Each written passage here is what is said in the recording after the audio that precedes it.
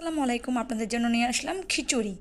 বৃষ্টির দিনে খিচুড়ি কারণ না ভালো লাগে, আমাদের তো সবারই পছন্দ মনে হচ্ছে খিচুড়ি। তার জন্য সহজে আপনাদের জন্য খিচুড়ি রান্না করে নিয়ে আসলাম। প্রথমে একটি পাত্রে সরষের তেল দিলাম, তার মধ্যে কিছুটা ঘি দিলাম, তার মধ্যে পেঁয়াজগুলো দিয়ে ভালো করে পেঁয়াজগুলো ভেজে নিব হালকা। পেঁয়াজটা লাল হয়ে আসার পরে আমি এখানে কিছু আস্ত গরম মশলা দিলাম, এলাচি আর দারচিনি। কিছুক্ষণ নেড়ে তারপর এখানে আমি আদা রসুন বাটাটা দিলাম। আদা রসুন বাটা দিয়ে 2-3 মিনিটের মতো একটু ভাজে নিব, যাতে কাঁচা গন্ধটা চলে যায়। যখন ভাজা হয়ে যাবে তখন তার মধ্যে আমি মুগ সিদ্ধ করে রাখা মুগ একটু হলুদ দিয়ে নিলাম, লবণ দিয়ে নিলাম, সিদ্ধ করা মুগ ডালগুলো দিয়ে দিলাম, তারপরে চালে ডালে মিক্সড করে ধুয়ে দিয়ে দিলাম, তারপর মাংসটা দিয়ে দিলাম, দিয়ে ভালো করে এগুলো মিক্সড করে নিলাম।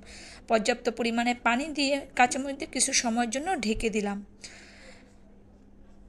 ঢেকে দিয়ে কিছু পানিটা শুকিয়ে আসার পরে কিছুটা সময় নেড়ে দিয়ে পানি পানি একটু হালকা আছে, তার জন্য আমি আবার কিছু সময়ের জন্য ঢেকে দিব। এখন ঢাকা হয়ে গেছে, পানিটা অনেকটা শুকিয়ে গেছে, এখন আর পানি নেই। দেখুন কি সুন্দর আসছে খিচুড়ি কালারটি। আপনারা খুব সহজে দ্রুতভাবে এভাবে খিচুড়ি রান্না করে খেতে পারেন। আর বৃষ্টির দিনে খিচুড়ি না হলে কি ভালো লাগে?